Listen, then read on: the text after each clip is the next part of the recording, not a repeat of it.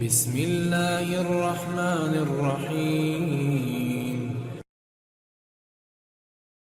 بسم اللہ الرحمن الرحیم الحمدللہ رب العالمین۔ محترم دوستو، اللہ نے ہم سب کو اسلام کی دولت سے نوازا ہے۔ بس آپ کے سامنے آج کچھ ایسی باتیں کرنے جا رہا ہوں، مجھے امید ہے کہ آپ پورے ویڈیو کو دیکھیں گے،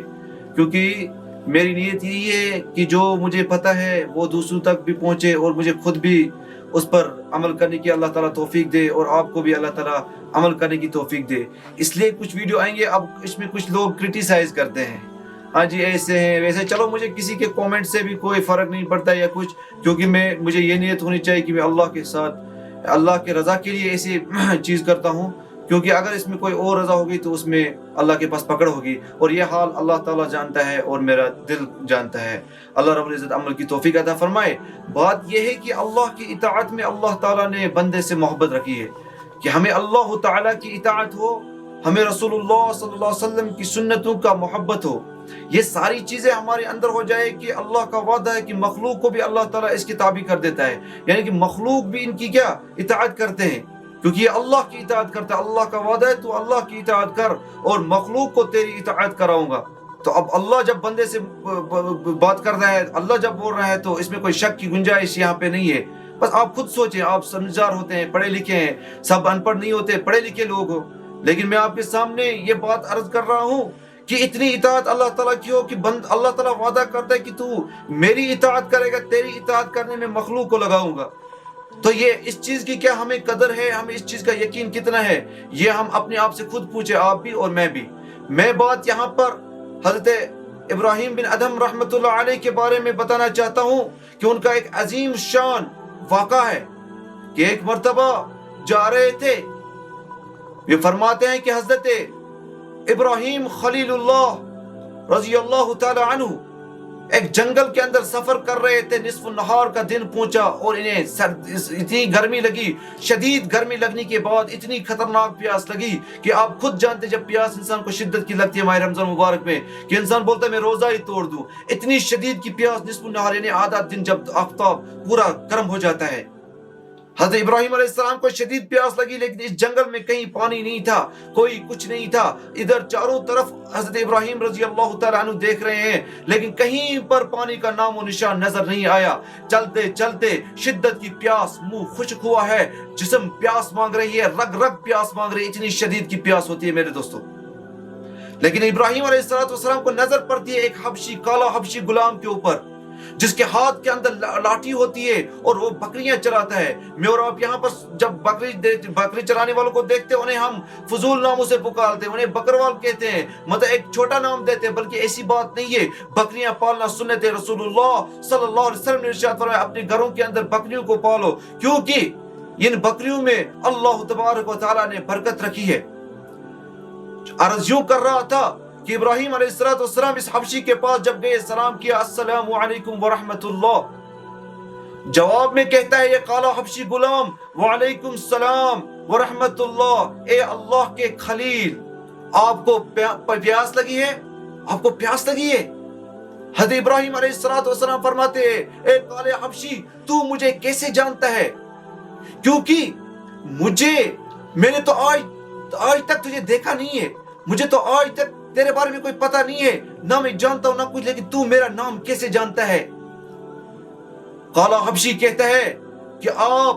پانی پینا پسند کرو گے یا دودھ پینا پسند کرو گے؟ حضرت ابراہیم علیہ السلام نے فرمایا کہ اے کالے غلام، اس وقت شدید کی دھوپ ہے، یہاں تو پانی کا نام و نشان ہے، آپ مجھے کہاں سے ٹھنڈا پانی پلائیں گے؟ ادھر سامنے ایک پتھر ہوتا ہے اور یہی کالا حبشی غلام بکریاں چرانے والا اپنی یہ لاٹھی اس پتھر کے اوپر مارتا ہے اور پتھر ٹوٹ جاتا ہے اور پتھر میں سے پانی نکلتا ہے جو برف سے بھی زیادہ ٹھنڈا ہوتی ہے، جو شربت سے بھی زیادہ لذیذ ہوتی ہے، جو اتنی عظیم الشان ہوتی ہے کہ مٹھاس اس کے اندر شہد سے بھی کہیں زیادہ ہوتی ہے اور ٹھنڈا برف سے بھی زیادہ۔ حضرت ابراہیم نبینا علیہ السلام اس کالے حبشی کو دیکھتے ہیں اور اس پتھر کو دیکھتے ہیں اس غلام نے کہا، اس کالے حبشی نے کہا، ابراہیم خلیل اللہ آپ کیوں حیران ہو؟ اگر یہ پہاڑ جو دیکھ رہے ہو، اگر اس پہاڑ کو میں حکم دوں گا اے پہاڑ ہوا میں رہے، یہ اللہ تبارک و تعالیٰ اپنے حکم سے اس کو ہوا میں رکھے گا۔ حضرت ابراہیم علیہ السلام پہاڑ کو دیکھنے لگے، اس بندے کو دیکھنے لگے، پہاڑ کو دیکھنے لگے، بندے کو دیکھنے لگے کہ آج نظر پہاڑ کی طرف جب کی، پہاڑ کو ہوا میں اڑتا ہوا دکھ رہا ہے حضرت ابراہیم خلیل اللہ علیہ السلام کو۔ حضرت ابراہیم اور زیادہ حیران ہو گئے یہ معجزہ دیکھ کر کہ یہ بندہ یہ تو بکریاں چرانے والا ہے، اس کی حیثیت مطلب کیا ہے؟ ہم تو یوں سمجھے کہ بکری چرانے والا ہے، اس لیے کبھی کسی کا مذاق نہ اڑاؤ، ہو سکتا ہے اس کا تعلق اللہ تعالیٰ سے مضبوط ہو، اس کا مذاق ہم اڑائے گا اور ہمارا مذاق اڑایا جائے گا۔ یہ باتیں آپ غور سے سنیے میرے دوستو، کوئی نیت اس میں یہ نہیں ہے۔ حضرت ابراہیم علیہ السلام حیران ہو رہے ہیں، اس کو دیکھ رہے ہیں، میں تو تجھے ایک معمولی انسان سمجھتا ہوں، لیکن تجھے تو اللہ تعالیٰ نے اتنے عظیم مرتبہ دیا ہے، یہ کیسے ہوا ہے کالے حبشی؟ یہ ابراہیم علیہ السلام ان سے فرماتے ہیں، اور وہ فرماتے ہیں کہ جو بندہ اللہ کی اطاعت کرتا ہے، اللہ کا وعدہ ہے کہ میں اس کی مخلوق کو اس کی اطاعت کراؤں گا۔ یہ یقین تھا، یہ اللہ کی قدرت پر یقین تھا، اللہ کی بتائی ہوئی باتوں پر یقین تھا ایک بندے کو۔ مجھے اور آپ کو آج اللہ کی باتوں پر یقین نہیں، اللہ کے کلام پر یقین نہیں، ان چیزوں سے بالکل ہم دور ہو چکے ہیں، تبھی ہمارے اوپر کافر مسلط ہو گئے، ہم اس وقت پس رہے ہیں، ہمارے اوپر زیادتی ظلم ہو رہا ہے۔ کم از کم آپ پڑھے لکھے ہوتے ہیں، میں پڑھا لکھا ہوں، لیکن کم از کم ہم نے یہ کبھی زندگی کے اندر سوچا کہ ہمارے ماں باپ کے اندر جو جہالت ہے ان کو پیار محبت سے سمجھا کر یہ دور کرے۔ کیا جہالت ہے کہ ہمارے ماں باپ آج